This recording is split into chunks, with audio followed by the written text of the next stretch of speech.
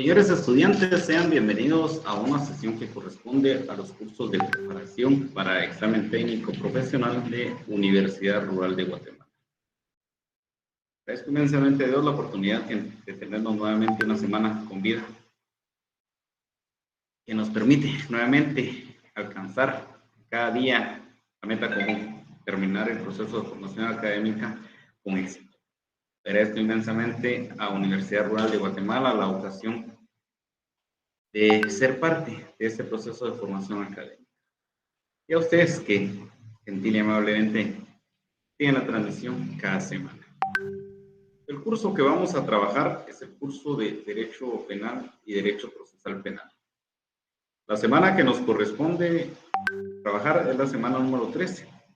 Recordándoles que el código del curso es FG046.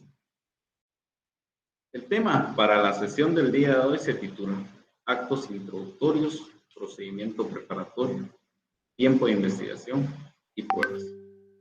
Mi nombre es Daniel Antonio Reyes Pelicón, soy abogado de notario. Ejerzo de forma liberal la profesión.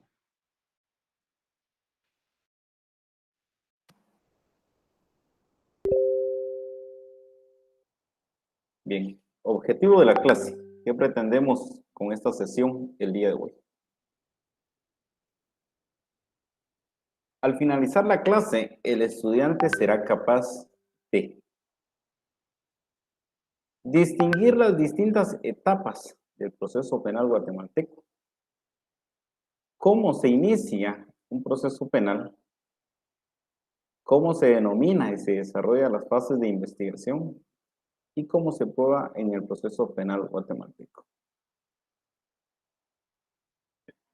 Además, distinguidos estudiantes, debo recordarles que el correo electrónico del curso siempre se encuentra habilitado para que usted pueda hacernos llegar sus comentarios a este correo.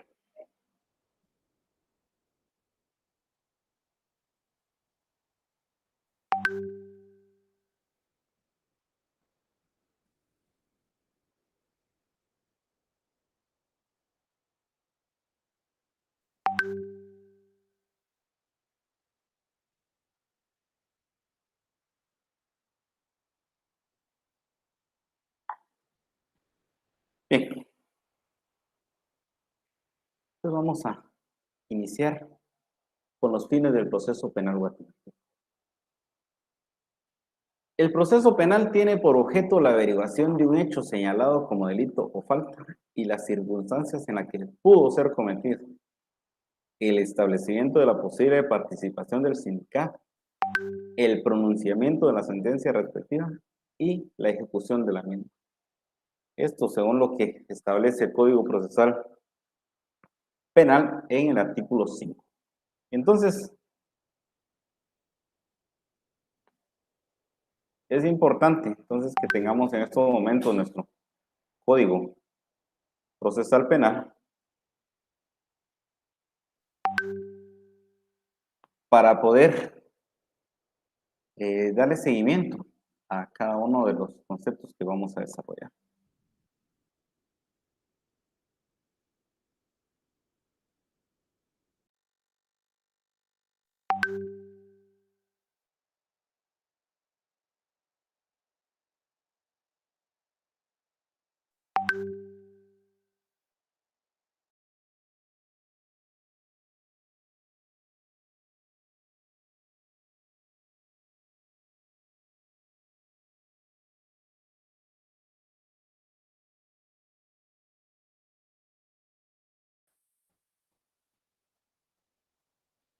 Sí, ahí se nos presentan unos problemas técnicos, pero ya están siendo solucionados.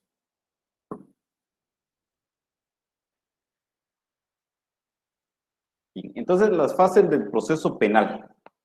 Vamos a tratar de desarrollar cada uno de estos apartados y es muy importante indicarles que el proceso penal pues es uno solo, que se divide en algún momento solo por cuestiones didácticas.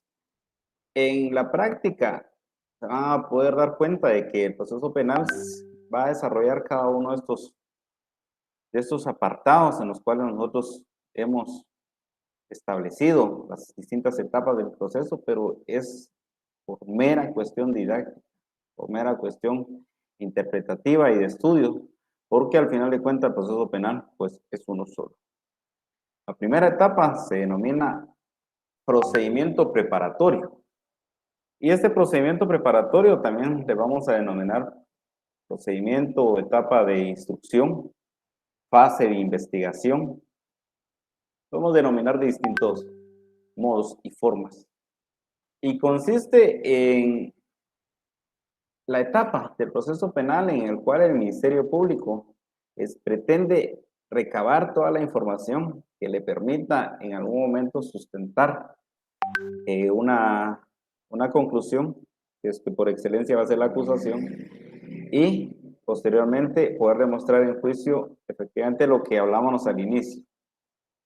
No solo establecer que existió un hecho señalado como delito o falta, sino también quién pudo haberlo cometido o quiénes participaron, y en sentencia pues obtener una sentencia.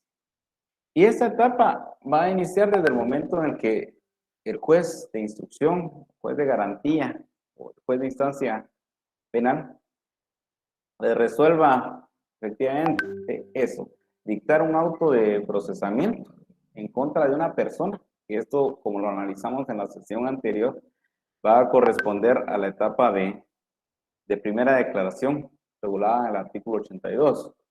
Entonces, toda vez que el juez de garantía o juez de instancia penal les dicte el auto de procesamiento, le concede al Ministerio Público la facultad de poder investigar que todos los elementos de convicción o indicios que pudo haber recabado para poder sustentar el requerimiento en la audiencia de primera declaración, pues pueda desarrollarlos, ahondar más en detalles y poder en algún momento preparar un requerimiento formal por escrito, en el cual pues se establezca no solo el hecho delictivo, sino la posible participación del sindicado o sindicados. Entonces, esa etapa es la que nosotros vamos a conocer como etapa preparatoria o fase de investigación. Pero en esta etapa, pues no se limita únicamente el Ministerio Público a buscar medios o indicios o medios de convicción, sino que también pues, empieza el proceso o actuación del abogado defensor. Toda vez que el abogado defensor pues también puede proponer al Ministerio Público, porque recordemos que según el artículo 108, perdón, del Código Procesal Penal, pues el Ministerio Público tiene dentro de su actividad una actividad objetiva, una función objetiva, incluso a favor del sindicado, le indica la norma, pero podemos nosotros como abogados defensores instar o sugerir determinados medios de convicción que en algún momento pueden ser valorados para poder aportar medios de prueba o de descargo al proceso penal.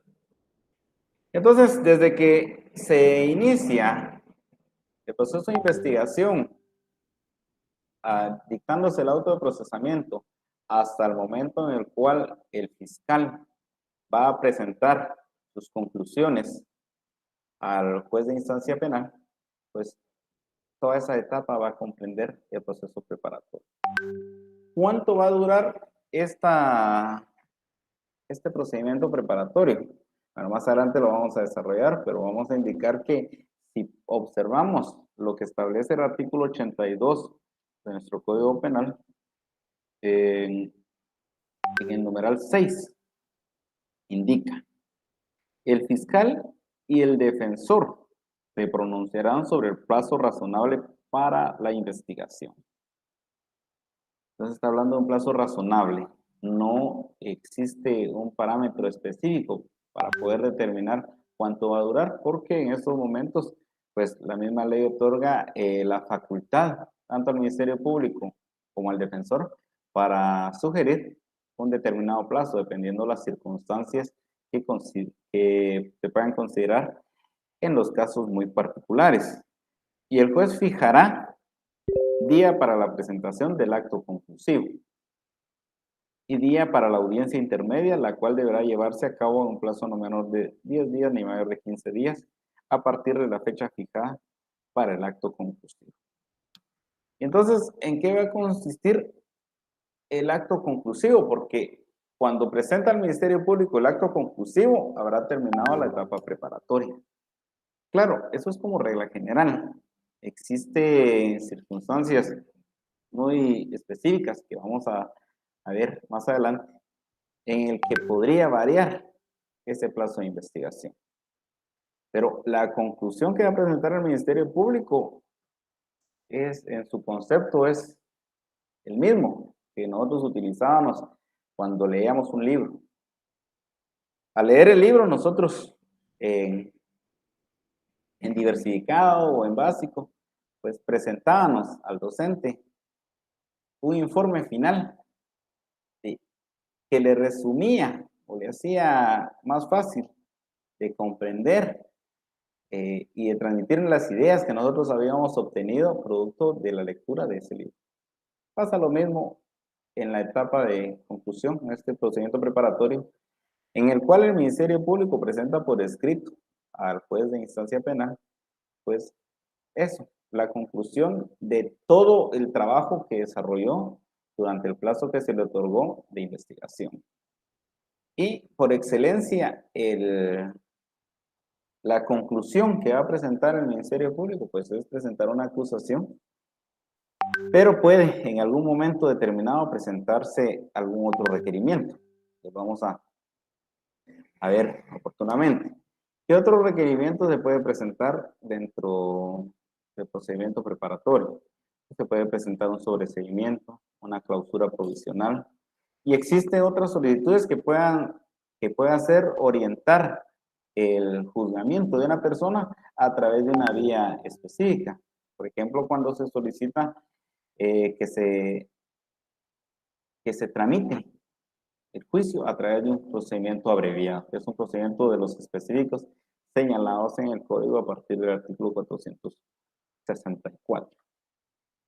Bien, esto en la etapa preparatoria. En el procedimiento intermedio es una audiencia. No va a durar demasiado. Toda vez que el Ministerio Público presenta su conclusión, que es una forma unilateral, y en audiencia se establece la pertinencia de ese requerimiento, que es lo que corresponde al procedimiento intermedio señalado en el artículo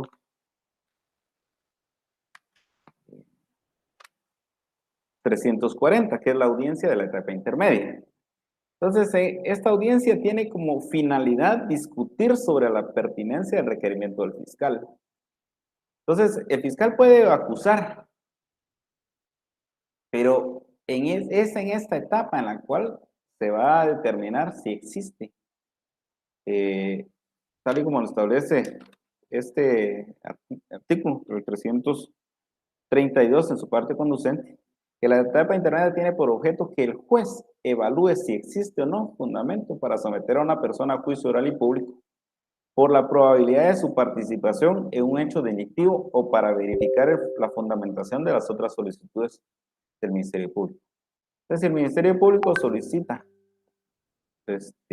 o presenta una acusación, pues se tendrá que verificar la probabilidad de someter a una persona a juicio oral y público. El desarrollo de la audiencia de la etapa intermedia, pues lo regula el artículo 340 e indica audiencia. La audiencia intermedia tiene como finalidad discutir la pertinencia del requerimiento del fiscal. Entonces, acá ya está incluyendo cualquier otro requerimiento que el fiscal pudo haber realizado al momento de presentar su conclusión. E indica, en caso de formularse acusación, se discutirán sobre los hechos planteados y la probabilidad de que puedan ser demostrados en debate. Bien. Ahora, indica, el auto de apertura a juicio fundamentará la decisión de llevar a una persona a juicio oral y público. Eso será la resolución que va a permitir pues trasladar o cambiar de, de órgano jurisdiccional que conozca, porque dejará de conocer un juez de garantía y pasará a conocer un tribunal posteriormente.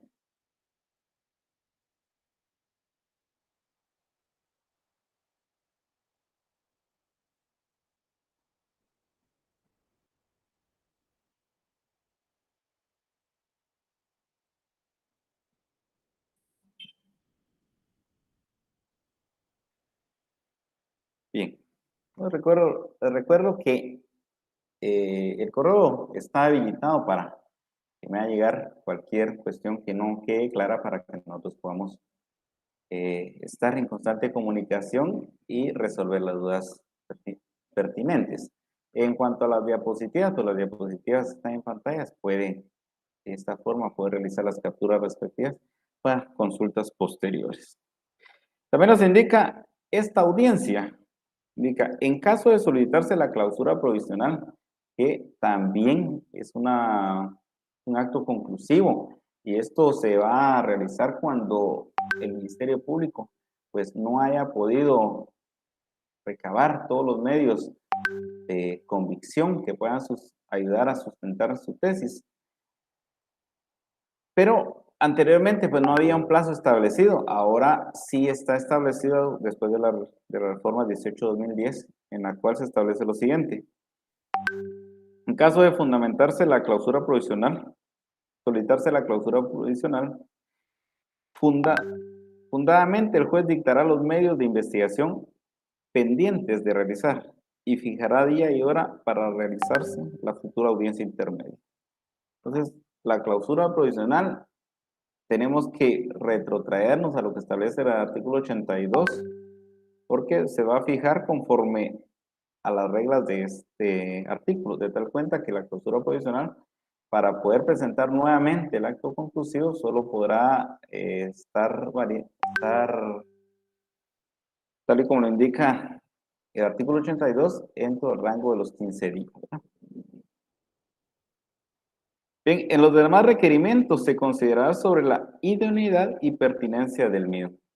Entonces, el requerimiento que realice el fiscal, que presente como acto conclusivo, pues en algún momento puede no ser aceptado, puede variar.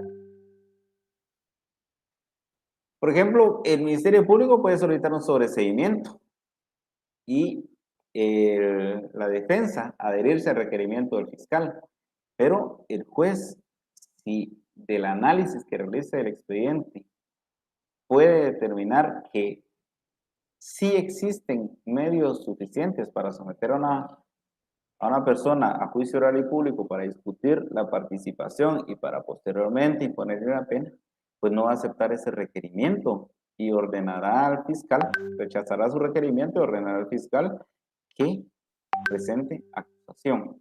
Entonces, es en esta etapa en la cual se decide todos los requerimientos que presente el fiscal. Entonces, en la etapa de juicio, pues ya conoce el tribunal de sentencia. En esta etapa, lo que se va a discutir primero es la posible participación del fiscal. En esta etapa, lo que se realiza es propiamente diligenciamiento de prueba, valoración de prueba y la emisión de la resolución respectiva. Entonces, al momento de realizar la emisión de al momento de iniciar el juicio, perdón, pues se va a establecer efectivamente todo su desarrollo, tal como lo regula el código, a partir, del artículo 368. Que vamos a encontrar todo lo relacionado al juicio. Ahora, hay cuestiones previas que son los principios fundamentales.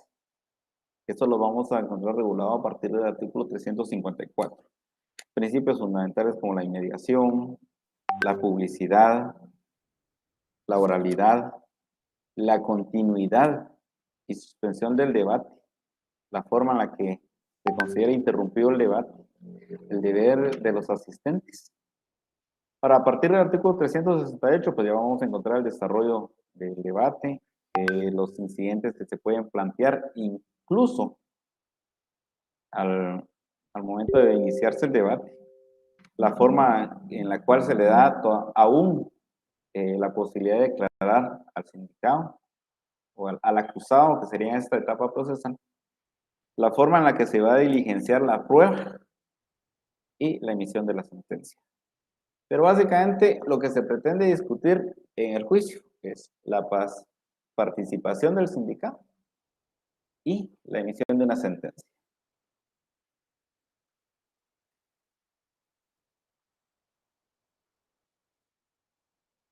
Muy bien. Gracias, Ligda Ana Patricia de León. Me pregunta, ¿en qué fase se lleva a cabo la audiencia de ofrecimiento de prueba? Muy interesante esto.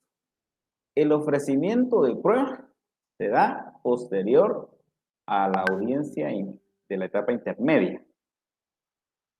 Si el Ministerio Público ha solicitado o ha presentado como acto conclusivo la acusación, pues solicitará el auto de apertura a juicio.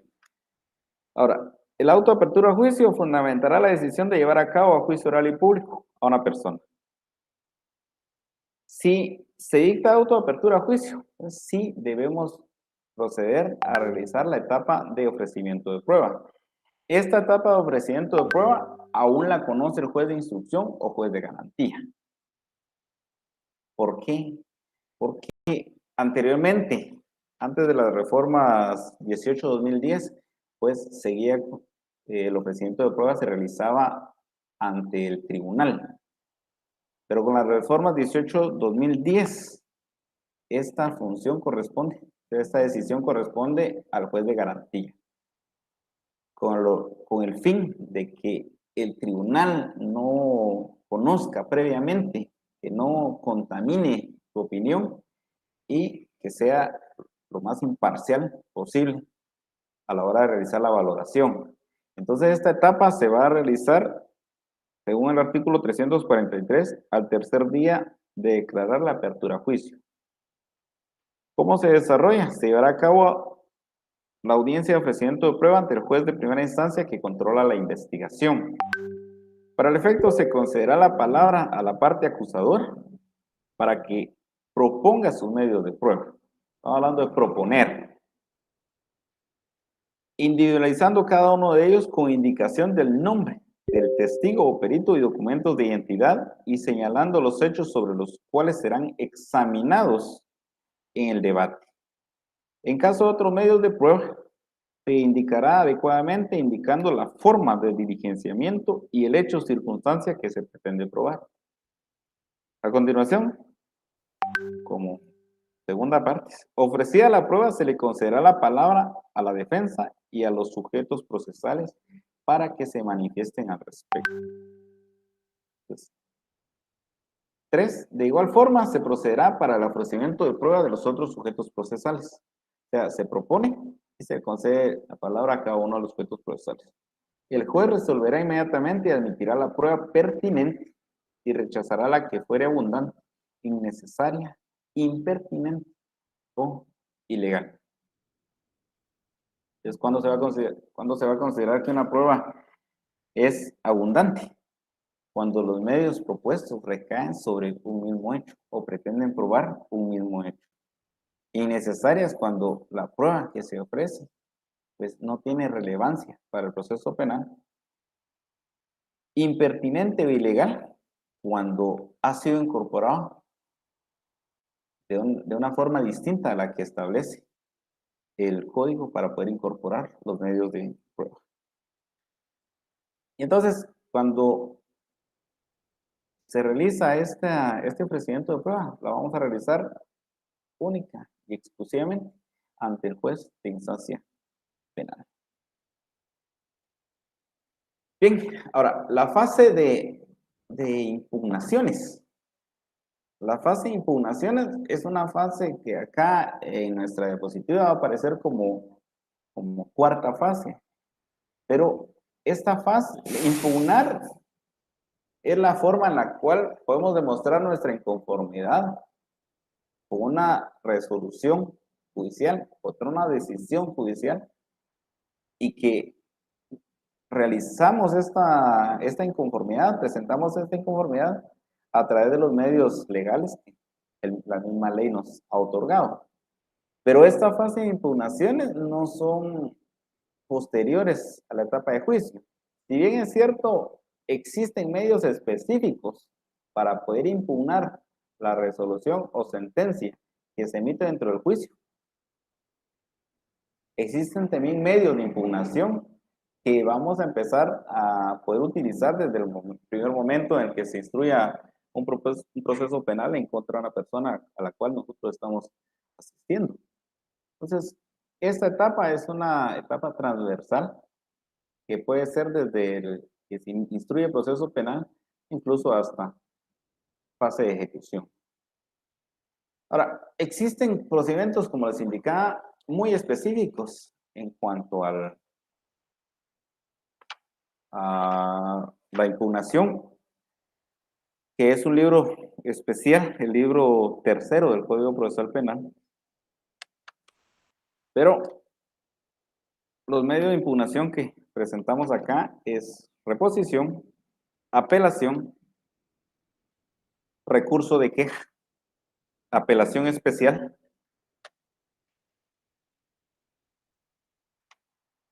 casación, incluso revisión, y aunque no esté dentro del proceso, dentro del Código Procesal Penal, pues también en algún momento para restituir un derecho si se ha sido lesionado, la acción constitucional de amparo.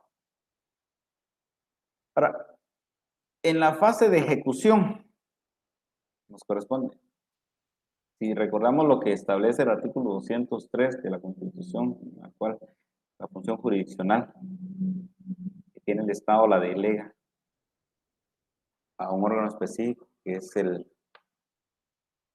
órgano del sector justicia. Pues le corresponde al Estado juzgar y ejecutar y promover la ejecución de lo juzgado, específicamente así.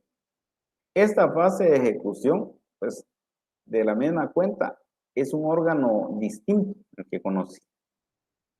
Acá conoce un juez de ejecución, en el cual verifica efectivamente el cumplimiento de la pena impuesta a una persona que ha sido declarada culpable dentro de un juicio oral y público. Y en algunos casos muy excepcionales, pues será el mismo juez de instancia, juez de paz, quien verifique la ejecución. Pero la fase de ejecución penal propiamente dentro del proceso penal común, o el proceso sí grandote, proceso tipo, pues le corresponde a un órgano distinto, que es el juez de ejecución. Ante él entonces se tramitarán todos los incidentes que pretendan viabilizar la aplicación de un beneficio penal, como puede ser la libertad anticipada, la libertad por buena conducta, la redención de penas y cualquier beneficio que la misma ley pueda establecer. Antes de que pasemos a otra diapositiva, vamos a dar un instante para verificar si no existe alguna duda en relación a este tema.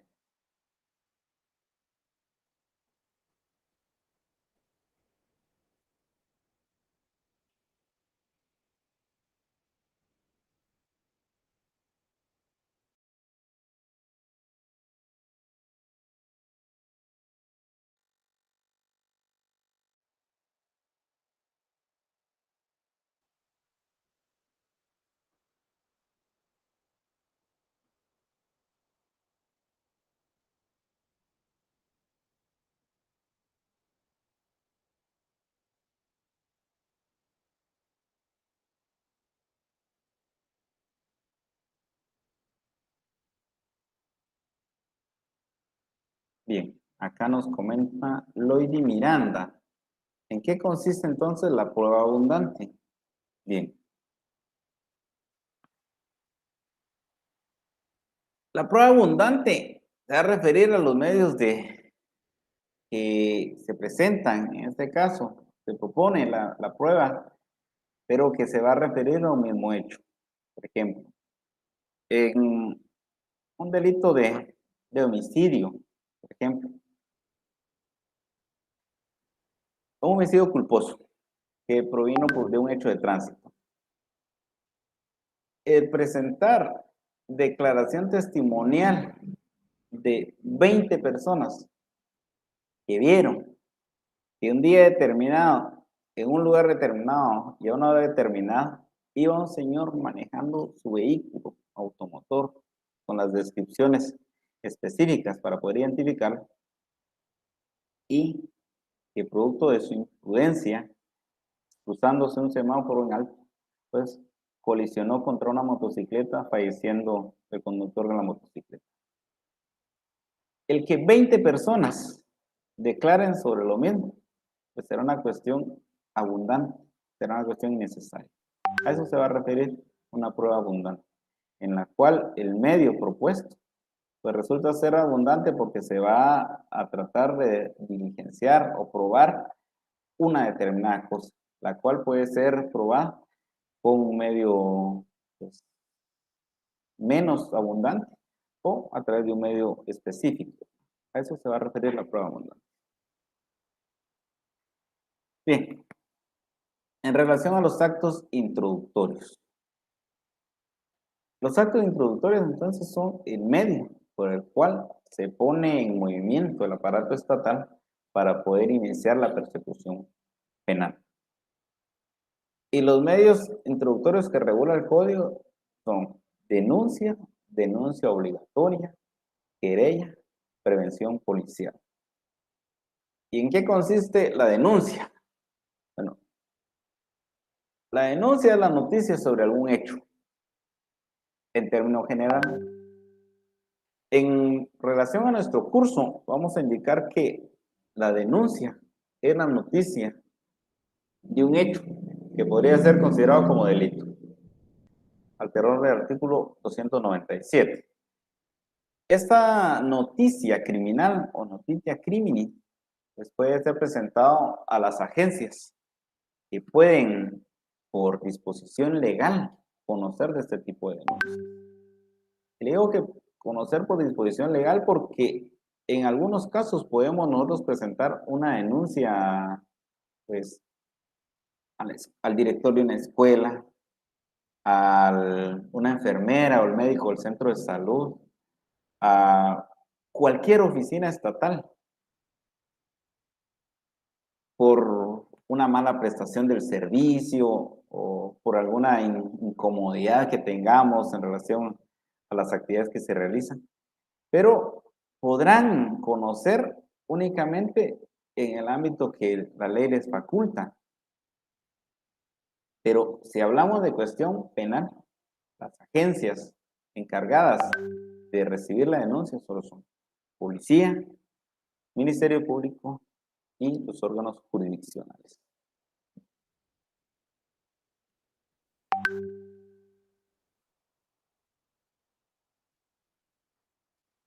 Sí. Y nos pregunta, buenas tardes, Erwin Orlando. ¿En qué momento procede el conocimiento de oficio y si puede ser un acto introductorio? Sí, por supuesto que puede ser un acto introductorio. En un momento vamos a responder a esta pregunta. Heidi Fabiola, también nos indica, ¿el conocimiento de oficio puede ser un acto introductorio? Sí.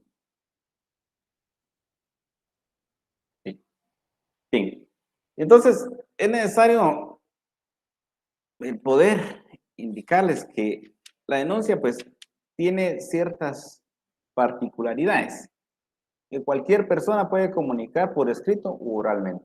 Es decir, lo podemos hacer por escrito o sencillamente lo podemos hacer de forma oral. Si es ante la policía, pues será el encargado de la Policía Nacional Civil quien nos tomará la denuncia y nos entregará copia de la misma. Y esta será remitida a un órgano jurisdiccional para poder depurar, verificar si es su competencia o debe remitirlo al Ministerio Público para iniciar persecución penal. Oralmente por escrito. Bien, cuando es un delito de acción pública indica. El denunciante debe ser identificado, muy importante. Por cuestiones de política criminal, pues se han implementado en algunos casos, pues la denuncia anónima, vía telefónica. Y esto se dio como respuesta a la misma necesidad que tiene el Estado de estar velando por el bienestar de la ciudadanía. Dentro de la fase intermedia, otros requerimientos que pueden solicitar pueden ser la revisión de la medida de coerción y quién lo solicita. Ahí te contestamos. Bien, vamos a contestar una pregunta que nos hacen acá, que hacemos con los actos introductorios. Nos indica Ana Patricia de León, dentro de la fase intermedia, los otros requerimientos que pueden solicitarse puede ser de la revisión de la medida de coerción y quién lo solicita. Bien, la revisión de la medida de coerción la vamos a solicitar en la etapa preparatoria. ¿Quién lo va a conocer? El juez de garantía. ¿Y quién lo puede solicitar? Mira, la revisión de la medida de coerción la puede solicitar el abogado defensor.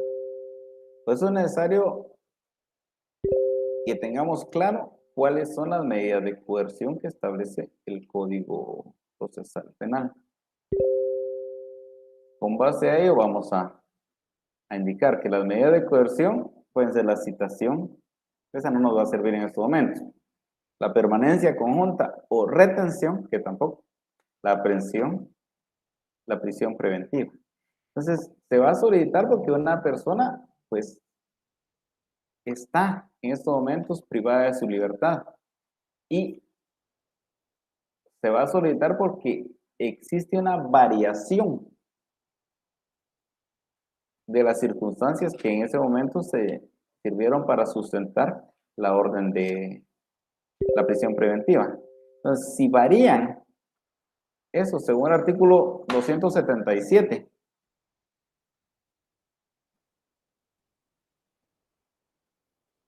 dice el 276, el auto que imponga la medida de coerción o la rechace es revocable y irreformable aún de oficio. Eso es, qué bonito se escucha, pero en la práctica debe solicitarse por el abogado defensor. Indica la revisión a pedido del imputado.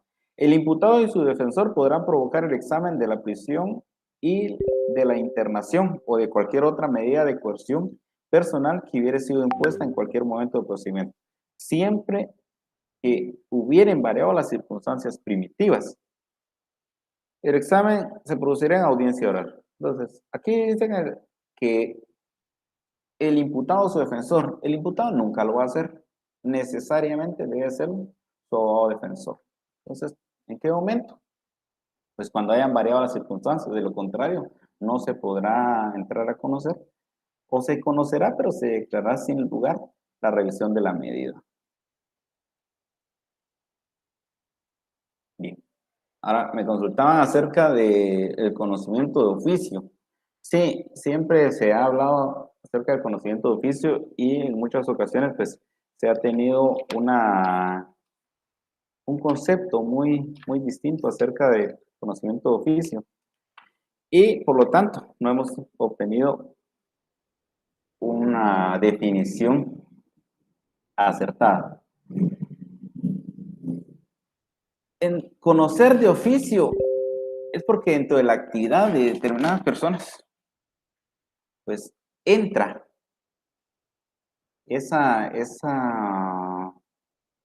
ese hecho y por lo tanto debemos certificar a donde corresponda. Entonces el conocimiento de oficio también lo vamos a conocer como certificación de lo conducente y ahorita vamos a ver unos artículos muy puntuales en los cuales pues se desarrolla efectivamente de esta forma.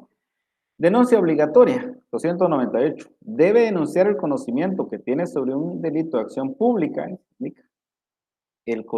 debe denunciar el conocimiento, ahí estamos hablando de eso, que tiene sobre un delito de acción pública, con excepción de lo que requiere instancia, denuncia o autorización para su persecución y sin demora alguna.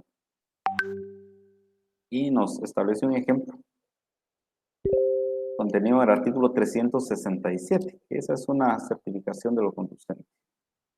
Delito en audiencia. Si durante el debate se cometiere delito o falta, el tribunal levantará acta de las indicaciones que correspondan y hará detener al presunto culpable remitiéndole copia de los antecedentes necesarios al Ministerio Público a fin de que proceda conforme a la ley. Entonces, esta sería una certificación de lo conducente o denuncia obligatoria. Pero también la misma ley en el artículo 198 nos establece los supuestos en los cuales necesariamente debemos nosotros denunciar. Los funcionarios y empleados públicos que conozcan el hecho en ejercicio de sus funciones, salvo el caso que pese sobre ellos el deber de guardar secreto. Bien, por ejemplo, que a un maestro de escuela, una niña o un niño les indique que otro maestro, por ejemplo, haya intentado abusar de ellos o en sus propias palabras los haya intentado tocar, pues eso corresponde a una denuncia obligatoria porque es un funcionario de empleo público. Si en un centro de salud, en un hospital privado, porque incluso es un servicio público, pero que es prestado por particulares, pero no deja de ser servicio público. Llega una niña de 12 años embarazada, pues efectivamente deben denunciar obligatoriamente. Sí, al registrador civil de las personas de RENAP se le presenta documentación para inscribir a un menor de edad, a un niño recién nacido, con documentación alterada. En algún momento puede ser una forma de denunciar de forma obligatoria.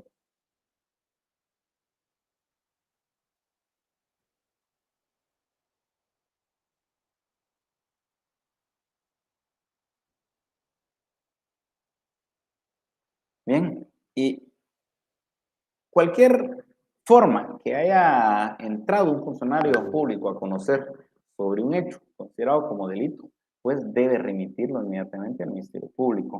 En una, en una audiencia ante el juzgado de instancia, un juzgado de la niñez, perdón, en la entrevista que se le realizaba en audiencia a través del dispositivo electrónico, se le consultó a una niña el por qué no mantenía una actitud reticente en contra de la mamá. Y la niña en ese momento, pues creo que, si no mal recuerdo, dijo que la mamá tenía preferencias, algo así, y parecía como que no tenía preferencias sobre otro hijo, y hacía alusión como que el hijo no fuese de la mamá. Entonces, en actividades así también puede en algún momento iniciarse un proceso de averiguación para poder establecer la probabilidad de un hecho o probar que efectivamente las afirmaciones son ciertas. Pero toda vez que entra el conocimiento de una persona que conoce por razón de su cargo un hecho que podría ser considerado como delito, pues debe certificarse al Ministerio Público para la averiguación. Ahora, en relación con la querella básicamente es una denuncia, pero de forma técnica. ¿Por qué? Porque se da a conocer la comisión de un hecho considerado como delito, pero según el artículo 202 establece forma específica para poder presentar. Anteriormente estaba limitado únicamente para la presentación ante el tribunal de sentencia en los delitos de acción privada, aunque según el artículo 465 bis, si no estoy mal, que aquí dice primero, pues también se menciona a parte de la querella. Ahora, en cuanto a la prevención policial, también es un acto introductorio que consiste en la noticia que ha entrado a la esfera del conocimiento de la policía, pero por el ejercicio que realiza, por la función que realiza. Y es un informe que realiza la policía en la cual detalla todo lo que haya podido recabar al momento de su presentación, producto de una denuncia oral, y al momento de apersonarse al lugar de los hechos, pues debe efectivamente establecer esta prevención policial. Anteriormente se le denominaba como parte policial o parte de consignación. Y pues no es oportuno llamarlo de esta forma, toda vez que la consignación es un contrato mercantil, un contrato estimatorio, entonces no aplica en este momento. Únicamente le vamos a denominar prevención policial. Y se establece la prevención policial a partir del artículo 304 del Código Procesal Penal. Entonces, los funcionarios o agentes de la policía que tengan la noticia de un hecho punible, perseguido de oficio, informarán detalladamente al Ministerio Público y practicarán una investigación preliminar para reunir y asegurar con urgencia los elementos de convicción y evitar la fuga o ocultación de sospechosos. Y es aquí donde entra con mucha relevancia la retención.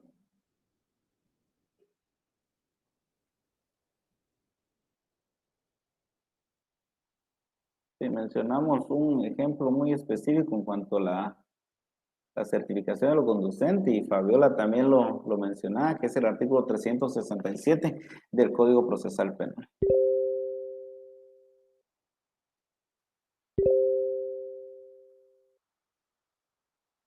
Indica si la prevención policial puede ser un medio de prueba en el proceso penal. No, la prevención policial es la noticia de un hecho delictivo. La prevención policial no es un medio de prueba. La prevención policial puede ser un acto introductorio. Ahora, ¿quién va a ser el encargado de producir prueba? Entonces, el órgano de persecución penal, que es el Ministerio Público. Todas las diligencias, las pesquisas, el trabajo de campo que realiza el Ministerio Público, eso sí nos va a servir para producir prueba. ¿Quién más puede producir prueba? Pues puede producir prueba también la defensa, pero la prevención policial no es prueba, es la noticia de un hecho delictivo. Bien, vamos a avanzar. Procedimiento preparatorio, artículo 309, objeto de la investigación. ¿Para qué investigamos? En la investigación de la verdad, el Ministerio Público deberá practicar todas las diligencias pertinentes y útiles para determinar la existencia de un hecho, con todas las circunstancias de importancia para la ley penal. Entonces, ¿cuáles son estas circunstancias útiles o importantes para la ley penal? Pues, modo, tiempo, lugar de la comisión de un hecho delictivo y quién o quiénes posiblemente puedan haber participado en el mismo. ¿Y en qué momento nos vamos a dar cuenta de estas circunstancias? En el momento primero, en el momento de la intimación, porque es en ese momento de la intimación en la cual se le indica a una persona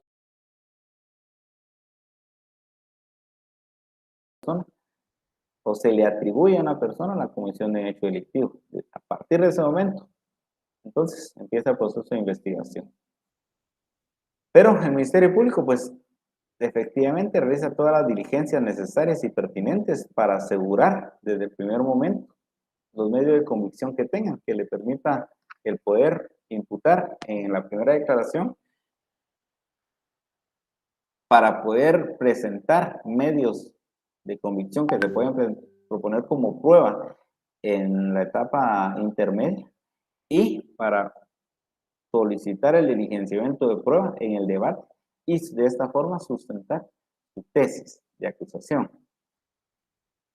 Asimismo, deberá establecer quiénes son los partícipes, procurando su identificación y el conocimiento de circunstancias personales que sirvan para valorar su responsabilidad o influyan en la punibilidad. Pues, ¿quiénes son los partícipes? Porque en contra de ellos se va a instruir un proceso penal.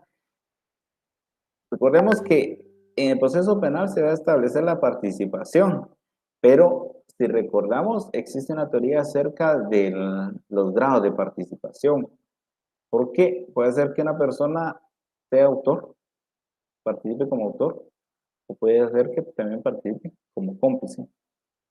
O puede ser que, si es cierto, tuvo cierta participación, pero no puede encajar su conducta en la de un autor o de un cómplice, Sencillamente estuvo en lugar y tiempo equivocado y a la hora equivocada, lo que comúnmente denominamos como mala suerte. También verificará también, indica, el daño causado por el delito, aun cuando no se haya ejercido la acción civil. ¿Y por qué? Porque si revisamos el artículo 117, si no estoy mal en adelante, nos establece la agraviado. La víctima se entenderá víctima a la persona que individual o colectivamente haya sufrido daños, incluido lesiones físicas y mentales, sufrimiento emocional, pérdida financiera o menoscabo. Bien, todo eso. Y después nos indica, el agraviado, aun cuando no se haya constituido como querellante ha sido de conformidad con el presente artículo, tiene derecho. Y existen varios incisos, a ser informado sobre los derechos que asistan, recibir asistencia médica psicológica, que el Ministerio Público escuche su opinión en procedimientos fundamentales antes de las decisiones definitivas, a ser informado convenientemente, a recibir el resarcimiento o reparación por daños recibidos, ¿sí?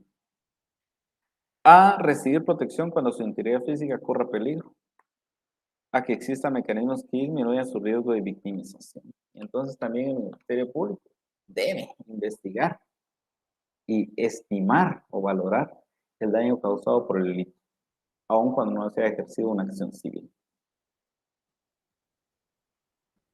¿Sí? Conclusión. Regresamos a la conclusión que establece el artículo 324. Petición de apertura.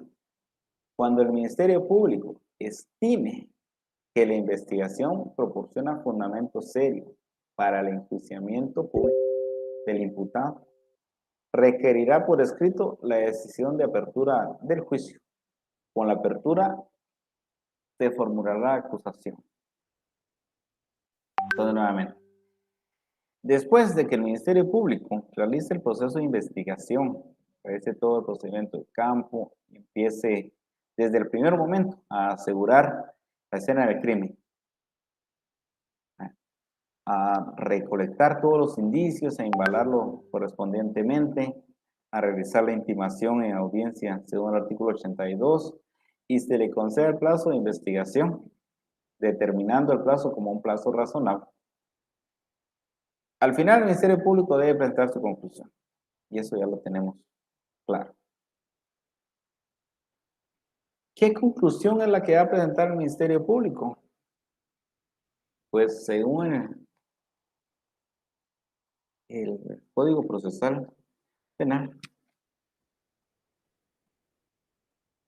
indica que en el ejercicio de su función el Ministerio Público adecuará sus actos a un criterio objetivo, velando por la correcta aplicación de la ley penal. Deberá formular los requerimientos y solicitudes conforme a este criterio, aún a favor del imputado. De tal cuenta que el Ministerio Público, de todos los indicios que logre recabar, podrá determinar que posiblemente exista participación por parte de un sindicado o que no exista. Entonces, el requerimiento que realice el fiscal pues, tendrá que ser a través del criterio objetivo. Si considera que la persona sindicada sí ha participado en la comisión de un hecho calificado como delito, pues de plano tendrá que solicitar una acusación. Tendrá que presentar su acusación y requerir la apertura del juicio.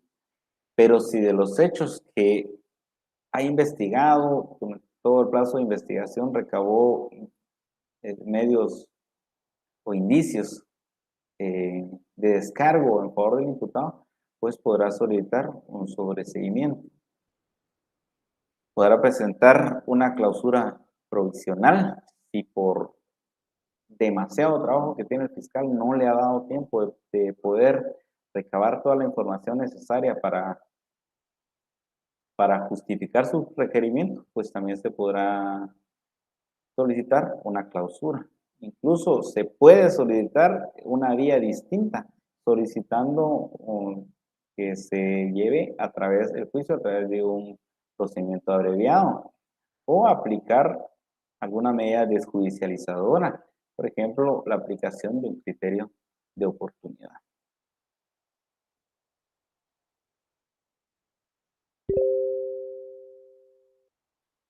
Seguimos presentando pequeñas fallas técnicas de distinguidos estudiantes. Solo les pido un instante para solucionar la misma.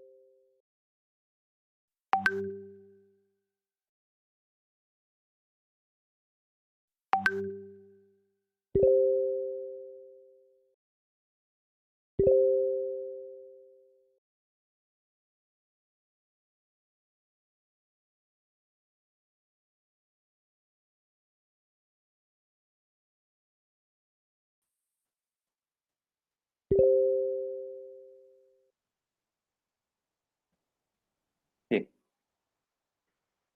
Y entonces, debemos revisar lo que establece el artículo 324. Petición de apertura a juicio. Cuando el Ministerio Público estime que la investigación proporciona fundamento serio para el enjuiciamiento público del imputado, requerirá por escrito al juez la decisión de apertura a juicio. Con la apertura a juicio se formulará la acusación. Bien. Es muy importante lo que establece el artículo 324 bis, control jurisdiccional. A los 3 meses de dictado el auto de prisión preventiva, si el Ministerio Público no ha planteado solicitud de conclusión del procedimiento preparatorio, el juez, bajo su responsabilidad, dictará la resolución concediéndole un plazo máximo de 3 días para que formule la solicitud que en concepto corresponde. Y esto se puede dar en algún caso que el Ministerio Público, después de haberse concluido la etapa de investigación, no haya presentado un requerimiento. Pues necesariamente se le emplaza por 3 días para que presente el mismo. El artículo 325 establece si el sobreseimiento o clausura. Si el Ministerio Público estima que no existe fundamento para someter a juicio público del imputado, solicitará el sobreseimiento o la clausura provisional. ¿En qué caso se puede solicitar el sobreseimiento? Eso nos lo establece el artículo 328. Corresponde sobreseer en favor del imputado cuando resulte evidente la falta de alguna de las condiciones para la imposición de una pena, salvo que correspondiere proseguir el procedimiento para decidir exclusivamente sobre la aplicación de una medida de seguridad y corrección, porque no tiene capacidad para enfrentar juicio, pero sí necesariamente se debe seguir un procedimiento específico de los regulados en el código para la aplicación de una medida de seguridad o corrección. En este caso no corresponde ser, pero si resulta evidente la falta de alguna de las condiciones que imposibilita la aplicación de una pena, en ese momento sí podemos o puede solicitar al Ministerio Público el sobreseimiento. 2. Cuando a pesar de la falta de certeza no existiera razonablemente la posibilidad de incorporar nuevos elementos de prueba y el juicio y fuera imposible requerir fundamentalmente la apertura a juicio de un medio de prueba que ya no existe, no puede adquirirse por ninguna forma y no puede fundamentarse entonces el requerimiento, también debe solicitarse el sobreseimiento. Entonces, la forma y el contenido del auto lo va a determinar el artículo 329. Ahora, el valor y efecto del sobreseimiento, eso sí es muy importante, artículo 320. El sobreseimiento firme cierra irrevocablemente el proceso con relación al imputado en cuyo favor se dicte. ¿Por qué firme, porque también se puede impugnar en algún momento el sobreseimiento. Dice, inhibe una nueva persecución penal por el mismo hecho y hace cesar todas las medidas de coerción motivadas por el mismo.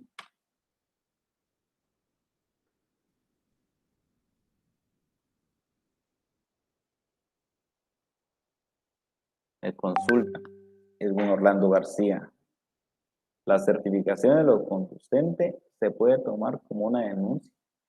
Sí, tal y como lo indicamos, la certificación de lo docente pues no puede ser una denuncia obligatoria porque entra a la esfera de la actividad de un funcionario público un hecho que puede ser considerado como delito.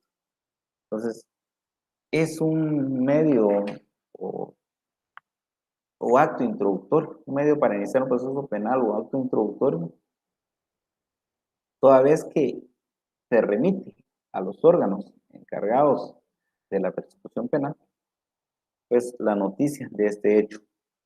De cierta forma, pues sí es una denuncia, porque es una denuncia obligatoria, porque todo funcionario debe en su momento hacer el conocimiento de esta actividad.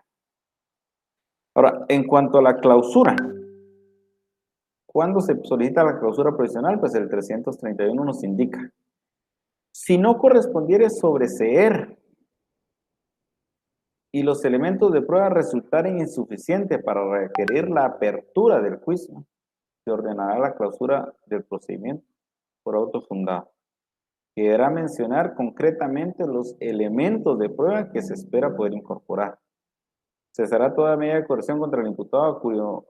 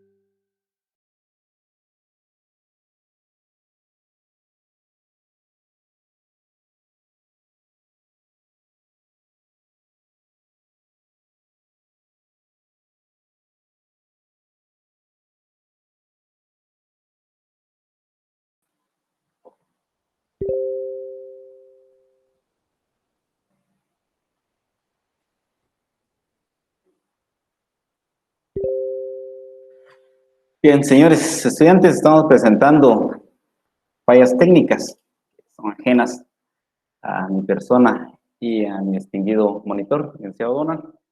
Pero vamos a continuar con el desarrollo de la clase. Ahora, entonces, como les indicaba, la conclusión pues puede ser una acusación presentada por el Ministerio Público, tal y como lo establece el artículo 332, con todo el contenido que debe tener el mismo.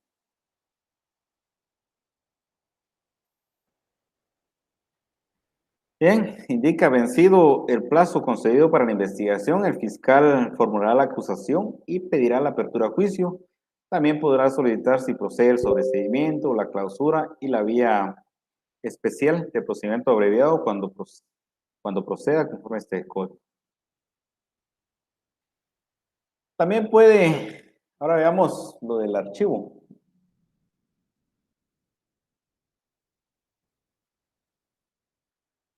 Aquí me pregunta cuál ha sido la falla, si la plataforma o el internet. La verdad no le podría indicar, solo le podría indicar que presentamos una ligera falla técnica.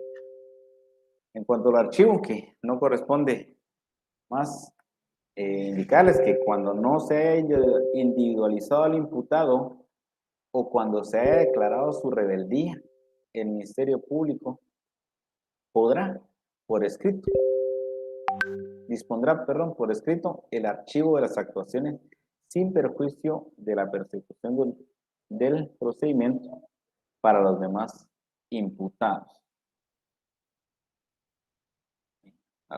Plazo de la investigación. Vamos a revisar lo que establece este artículo, el artículo 323. Duración e indica, el procedimiento preparatorio deberá concluir lo antes posible, procediéndose con la celeridad que el caso amerita, y debe practicarse dentro de un plazo de 3 meses. Esto lo indica el artículo 323. Y la duración de la etapa. Ahora, debemos recordar lo que se establece en el artículo 82 del Código en cuanto al plazo de investigación. Anteriormente se había regulado estos plazos cuando también se indicaba acá, en el artículo 324 bis. En el caso de que se haya dictado una medida sustitutiva, el plazo máximo de procedimiento preparatorio durará 6 meses a partir del auto de procesamiento. Entonces, anteriormente establecíamos que el plazo para la investigación iba a depender de la condición en la cual se iba a encontrar el sindicado. Si estaba guardando prisión preventiva o si se había sido otorgado y beneficiado con una medida sustitutiva a la prisión preventiva, todas las que regula el artículo 264 del Código Procesal. Pero en la actualidad hablamos de un plazo razonable. Muy importante también lo que establece en el último párrafo del artículo 324 bis al indicar, mientras no exista vinculación procesal mediante prisión preventiva o medida sustitutiva, la investigación no estará sujeta a plazo.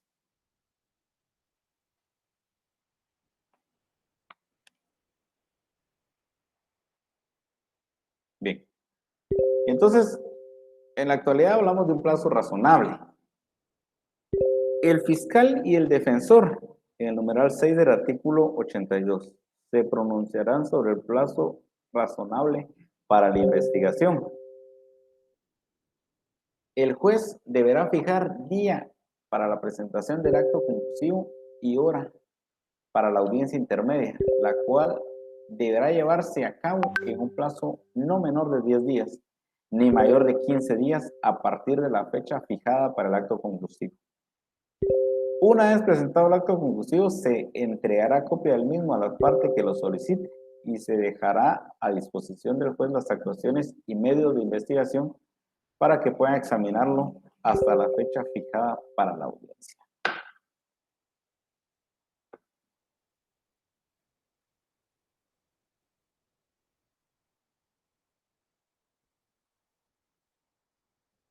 Rita Leiva, un comentario. Ah, sí. Apenas, Rita, vamos a tomar muy en cuenta su comentario y ese requerimiento. Bien.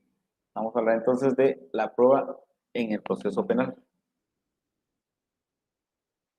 Artículo 182. Libertad de prueba. Se podrá probar todos los hechos. En un instante. Solo les voy a dejar una inquietud en cuanto a esta diapositiva. Entonces, si se establece la duración del procedimiento preparatorio, no puede durar más de 3 meses, porque así se amerita la celeridad del proceso, pero también el plazo razonable para la investigación, en el cual el fiscal y el defensor pues propondrán el plazo razonable y el juez decidirá. Les consulto cuál sería el plazo máximo para que una persona pueda estar privado de su libertad, estar padeciendo con la prisión preventiva. ¿Cuál será ese plazo máximo del proceso de investigación? Muy importante para que de una vez lo vayan investigando, o si alguien lo sabe, que me lo escriba al correo, porque sí es muy importante saber. Entonces, ¿cuál sería el plazo máximo que una persona pueda estar guardando? Prisión preventiva, aparte prisión como pena, pero prisión preventiva, ¿cuál sería el plazo máximo? Bien, ahora, en cuanto a la libertad de prueba, el artículo 182 establece: se podrán probar todos los hechos y circunstancias de interés para la correcta solución del caso por cualquier medio de prueba permitido. O sea, cualquier medio de prueba permitido es válido. Si no, pues habría que revisar la teoría del fruto prohibido, toda vez que no han sido incorporados medios de prueba de forma legal.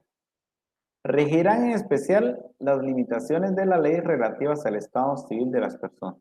Es decir, todo lo que se pueda establecer con las certificaciones de nacimiento, pues se rigen específicamente de esa forma. En cuanto a la valoración, artículo 186.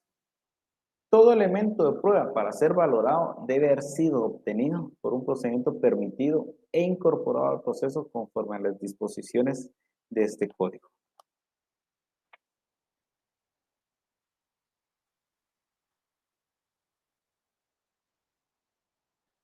Bien.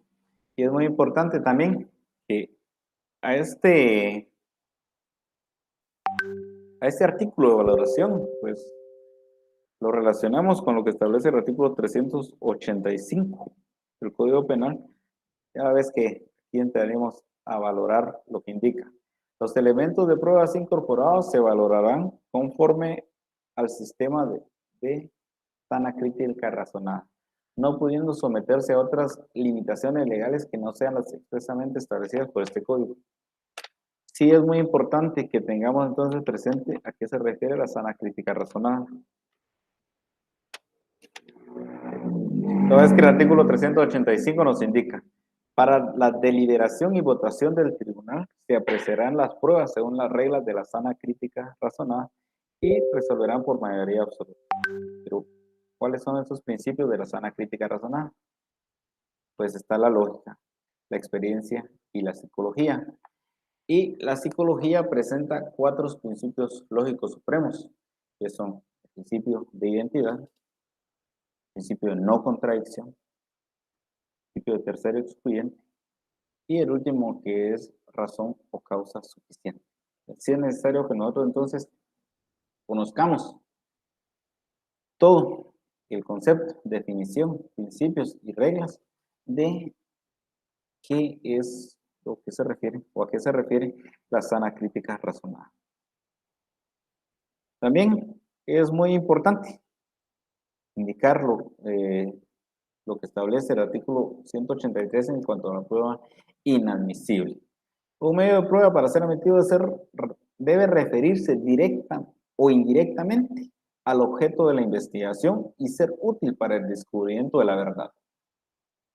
Los tribunales podrán limitar los medios de prueba ofrecidos para demostrar un hecho o una circunstancia cuando resulten manifiestamente abundantes. Se refiere a lo mismo.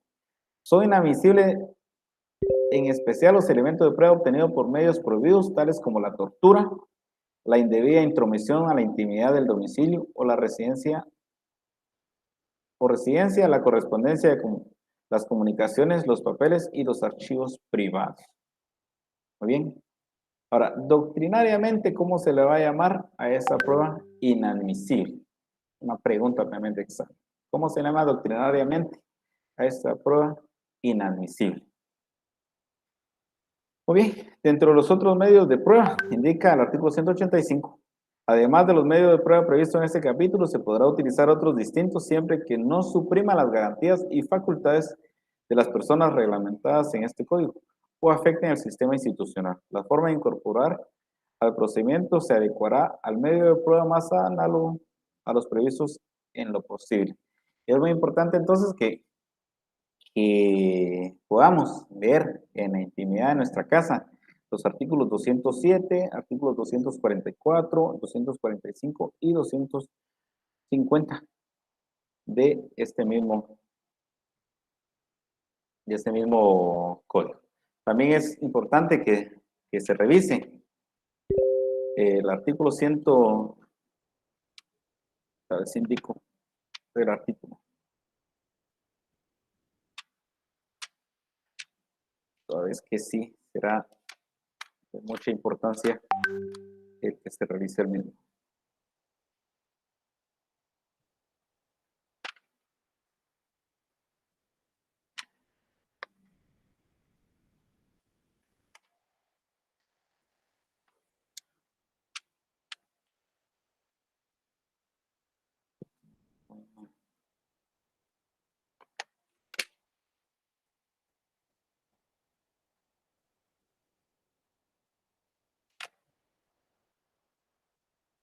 Bien, no lo encontré. Se perdió este artículo. Pero sí es importante, vamos a contestar algunas preguntas. Indica 3 meses, indica plazo máximo de 3 meses. No. 3 meses para que una persona pueda estar privada, tampoco. Si una persona estuviera guardando prisión preventiva, plazo máximo de 3 meses. Si fuera medida sustitutiva, 6 meses. Claro que sí, Luis Alfredo Casimiro, ya esta solicitud ya me la habían hecho y en un momento vamos a atenderla. Buenas tardes, señor. Bien. Ahorita les respondo la pregunta y con eso vamos a concluir la clase del día de hoy.